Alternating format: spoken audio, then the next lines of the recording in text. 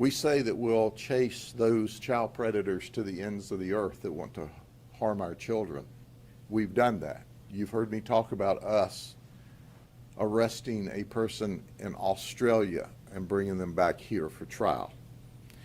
Well, we only had 2 from out of state this time. But here's what is important to understand, and I want the parents to understand this. These aren't traditional criminals. 9 of the 12 of these folks don't have a criminal history. Did you hear what I said? 9 of the 12 don't have a criminal history. But what they are doing, these evil people, are lurking online and grooming children online to engage them in sexual conduct. 4 of the arrests traveled. The others, as you'll hear in a minute, provided very raucous communication, sent pictures, inappropriate pictures, nude pictures, action photos of sexual conduct to what they thought was 13, 14, 15-year-old little girls or little boys. So let me introduce you to some of them. This is Lawrence New. He lives on the Lakeland Highlands Road in Lakeland. He thought that he was traveling to have sex with a 13-year-old child. That's right. He came from South Lakeland to our undercover location at the far northeast end of the county, thinking that he was going to have sex.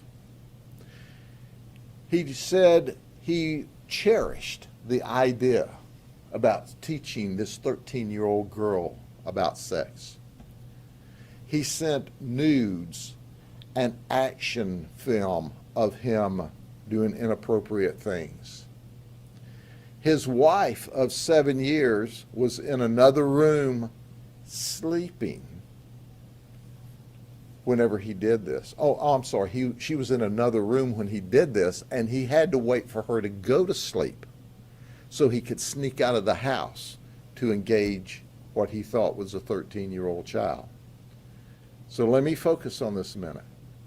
He's in one room, his wife's in another room. He's sending all kinds of ugly things to what he thinks is a 13-year-old child. Then he leaves after she falls asleep and travels all the way across the county. He confessed. We've got him locked up in jail. He's the owner of Omnia Inc., which deals in disposing medical supplies, used medical supplies. Oh, did I tell you Citrus County Sheriff's Office also has a criminal charge waiting against him as well? But we've got him locked up here now. So this is not new for him. He's 67 years old, and he's a deviant. He's a child pedophile. He's a pervert. And now he's a jailbird. Then there's Christopher Valise. He's 33. He's from Tampa. He sent explicit photos thinking he was sending them to a 14-year-old child. And he told her, I don't want to get in trouble, so let's keep this between us. Where does he work? He doesn't work.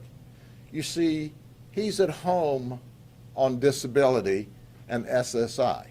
That's right. So while all of us are going to work, earning money, paying our taxes, he's getting our taxpayers' money to sit at home and groom little children online. He didn't travel, but he instructed what he thought was the little 14-year-old girl to destroy the messages and the pictures because I don't want to get in trouble. Well, listen, ladies and gentlemen, what would an operation be? Either a pornography investigation or a predator operation or a human trafficking operation without a Disney employee. We always have a Disney employee, sometimes more. This is Zachary Hudson. That's right, he's a bus driver for Disney. He did not travel, but he sent nude and lewd pictures of himself. He thought it was to a 15-year-old girl. And he said to her while grooming her, what we said could get us all in trouble. And he said how he would like to wrap his arms around and feel her small, tiny body. Then he said, are you ready for this? You can't make this stuff up. I don't want to sound creepy. Well, you just sounded creepy.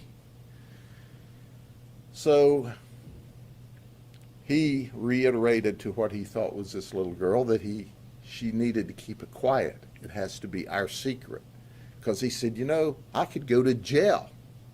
He said, but I'd risk it for spending some time with you. I'd risk going to jail. Well, when we arrested him, he confessed. Oh, newsflash, this will make Disney extra happy. He was doing this while he was on the clock for Disney.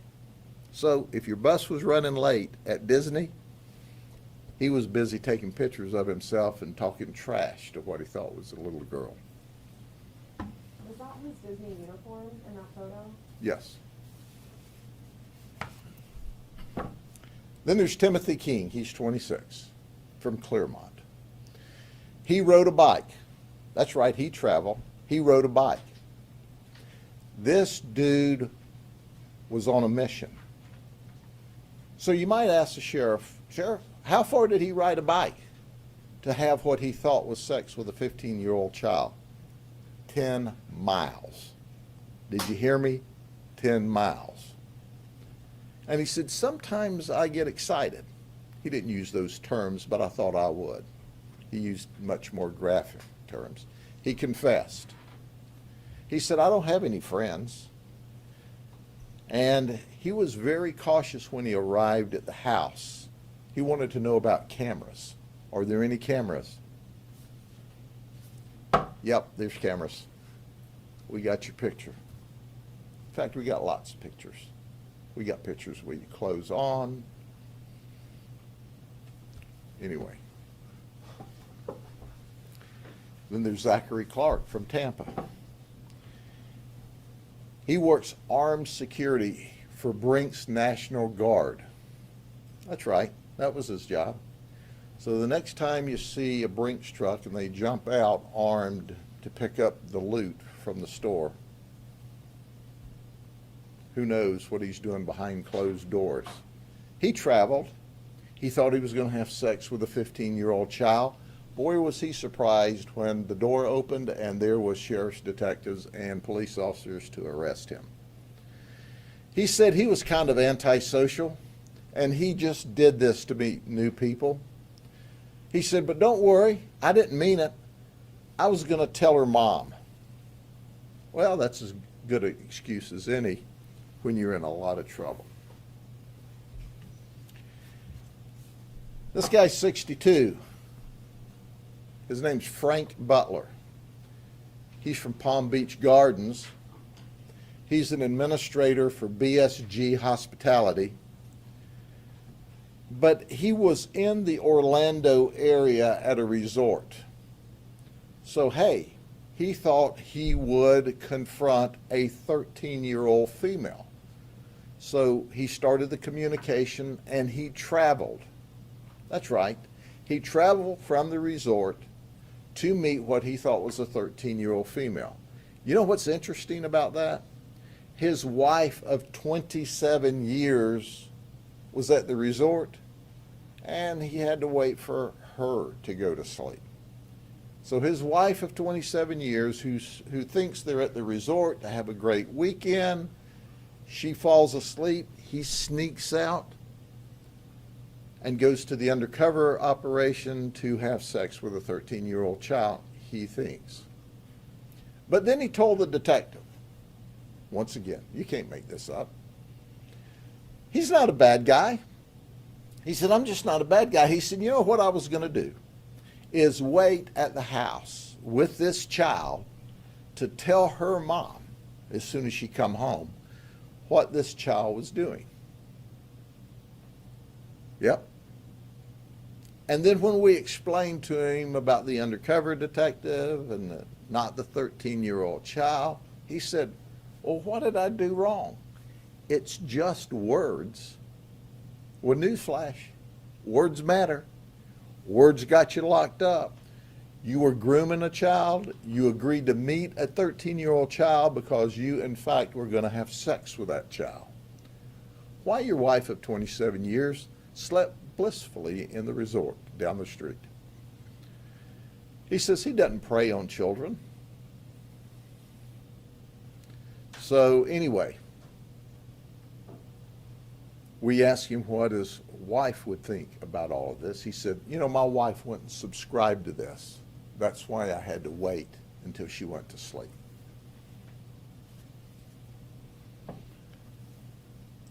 This is a stereotype of a predator and a pedophile.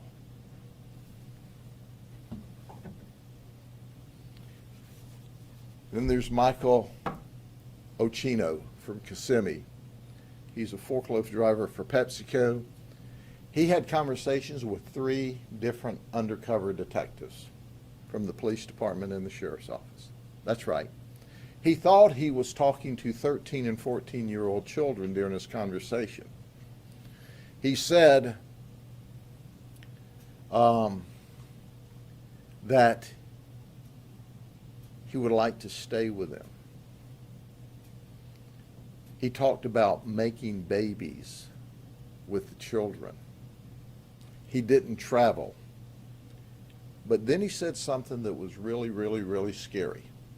You see, our undercover detectives said that they were down here with their mom on vacation and talked about, during the conversation, the relationship. He said, look, you can stay with me, and here's how you do it.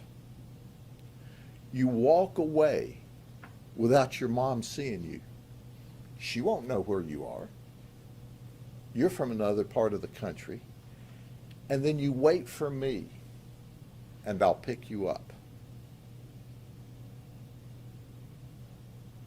Is that scary or what? He was giving what he thought to be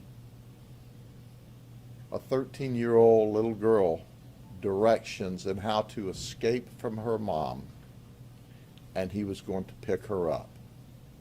Then what? What's next? He's 57 years of age. Here's a guy that didn't travel, but he communicated from St. Clair, Michigan. He's unemployed. He thought he was talking to a 14-year-old child. He would say things like he thought she was sexy. He instructed this child how to delete their text. And he told her, I can't resist how young you are. He's in the St. Clair County Jail on our warrant, where we were assisted by the police authorities there arresting him. Well, Roger, buddy, welcome to Florida, because this is where you're coming. It's not going to be a vacation, unless, of course, you consider the state prison an extended stay resort.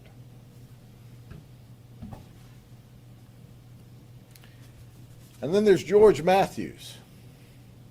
Here's what's interesting about old George. He's 66 years of age. He's from Ozark, Alabama. Are you ready for this? His job? He works at Fort Rucker. He's a Black Hawk mechanic. He works for M1 Support Services, which is a civilian company contracted to work on the Black Hawks.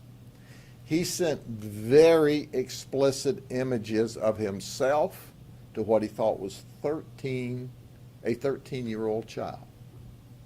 He did not travel but he said he would like to. He made statements to the 13-year-old that he was old enough to be her grandfather. And then he engaged in some very nasty chat. Well, when he came to work the next day and he crossed onto the base, the military police arrested him. By the way, that base, if you're not familiar with Fort Rucker, is the Army Aviation War Fighting Center. He had chats with this 13-year-old not only while he was at home, but also while he was at work. I hope he didn't get so carried away with his chats that he forgot to put all the parts back on the Black Hawk helicopters. That could be a real problem. He's in the Dell County Jail. And he's not going to be flying here on a helicopter. I'll guarantee that.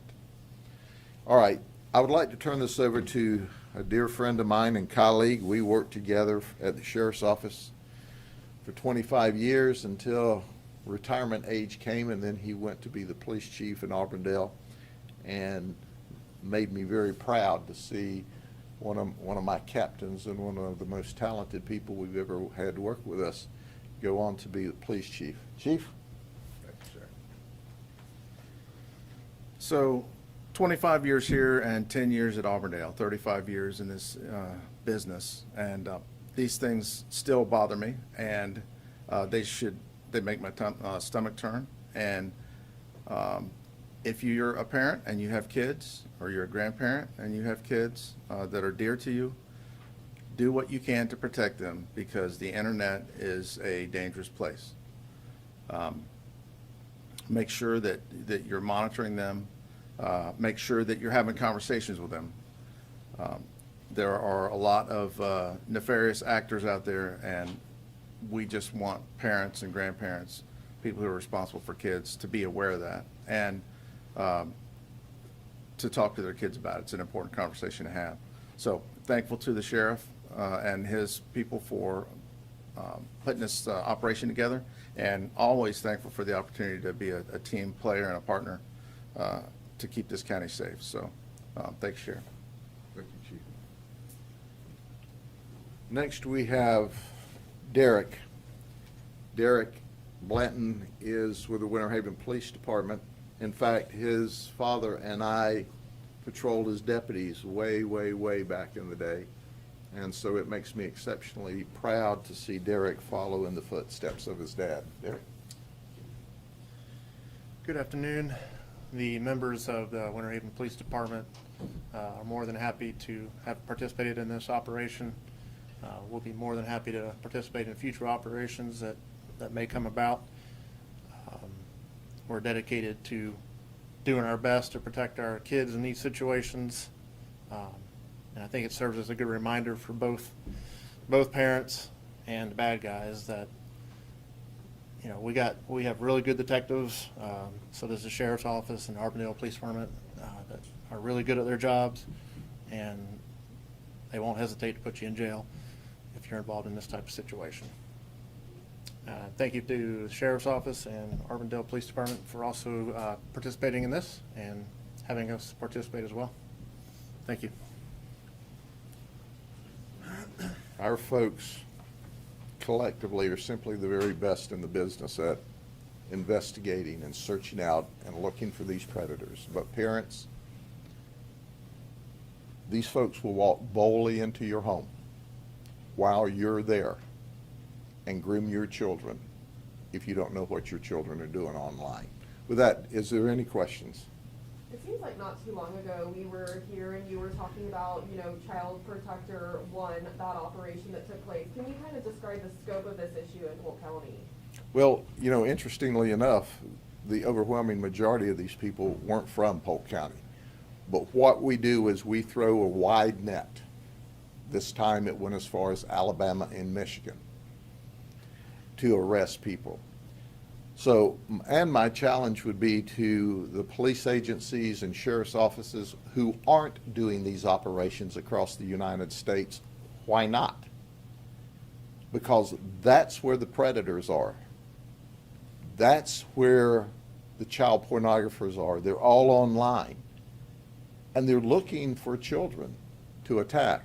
So when you look at these operations, you understand that my passion, my absolute top priority is to protect the children from sexual predators.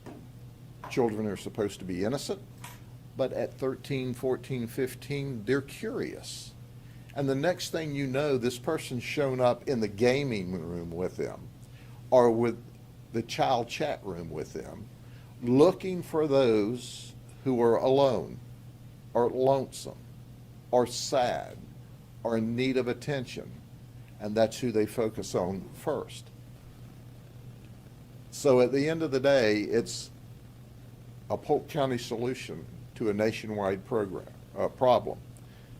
So we chase you to the ends of the earth. And I also applaud my colleagues from ICAC around this state and nation that do the same thing. But there's a lot of police agencies that don't. And if you don't, I will. We're gonna find them, because it's as important for me to save a child from a predator in Alabama or Michigan or Alaska or any place else in the world, Australia, as it is in Polk County. These people will get to your children if given the opportunity.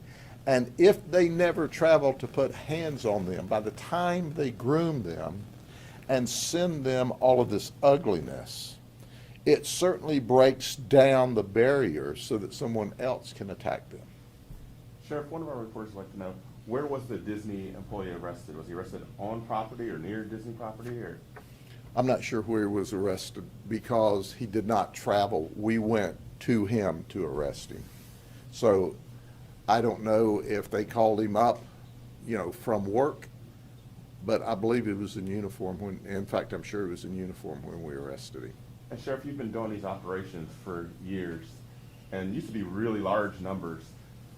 Do you feel like you're making an impact? I mean, the numbers of people being arrested become smaller and smaller, seems like these days. What kind of impact do you think you're making? Certainly, I think we're making a significant impact, because when we first started these operations, 10, 12, 15 years ago, we were arresting 30, 40 a week. And this was a good week to get 12. So the difference is child pornographers can go into the deep, dark web, and they're very difficult to find. We do, but they're deep, dark web people that understand that. It's very difficult. But child predators have to surface. They have to go in the chat rooms. They have to go in the gaming rooms. They have to be where the children are. So by virtue of us not arresting as many as we used to, it doesn't mean they're not out there, because they are. Have some of them become more savvy? Certainly they have, with education. But we truly believe we're making a difference. We truly know that we're saving children's lives and protecting them from deviants such as this. Do any of them express any remorse, or are they just sorry they got caught? Most of the time they confess. Occasionally they don't. Most of them, the remorse they display is because they got caught. Occasionally one will be just obviously honest and say, yeah, I shouldn't have done it, but I did, and now here I am. But most of them have an excuse, and most of them are just sorry they were caught. Do you know how many additional suspects detectives are still looking for? Well, do you know that we have, this is an ongoing process. We never quit investigating these folks. We know that we have warrants out for 2 more that we're not showing who they are now, because we want to get them in hand first. So we will catch them. We also know that we're online now. We are all the time looking for these deviants. So wherever you are in the world, if you've been talking nasty and sending nasty pictures to what you thought was a child, we're after you. And if we didn't get you last time, we'll get you next time. And then I'll have a picture of you, and I'll badmouth you just like I did these. That's a guarantee. You said the operation lasted about a week. This one was 2 weeks. 2 weeks. Okay, so for what do you think that you kind of alluded that it takes teamwork and other municipalities to come together for that? What do you think needs to be done nationally as law enforcement together to kind of really put a major dent into it? Because you said that some of them don't do these operations. So what do you think needs to be Sure, I think that's a very good question. First and foremost, we have to have parents quit being in denial. Second, parents have to understand the first line of defense is at home. So they need to be all up in their child's business. If you give your child a cell phone, I recommend first, don't let them out in the internet world. Bring games in, lock down the cell phone, or if you're going to let them into the internet world, then you need to have an app on your phone, and there's good apps there where you can trace and know everything your child's searching up or who they're talking to. You have to do that. If not, these folks will get to your children. And then law enforcement agencies need to work together. Listen, we've got a very large agency.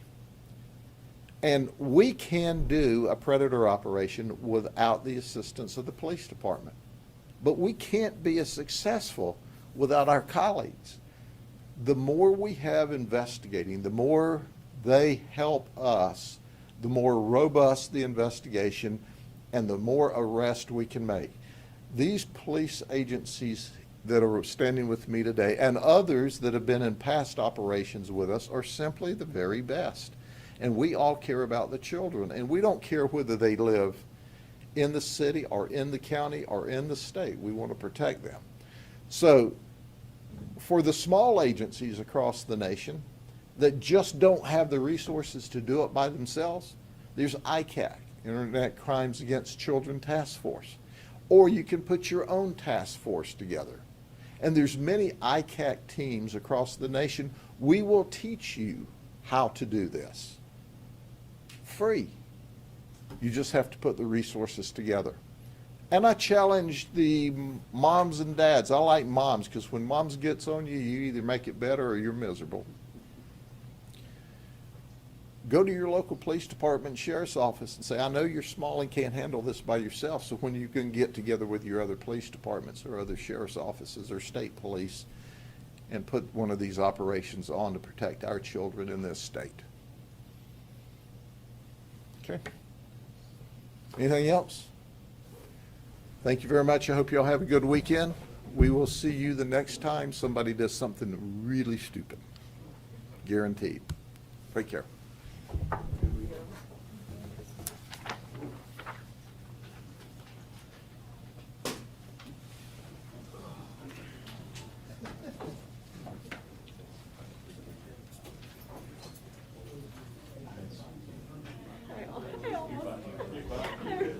barely got up. I was like, You're good. You're fine. I was like, I can't do this right. No,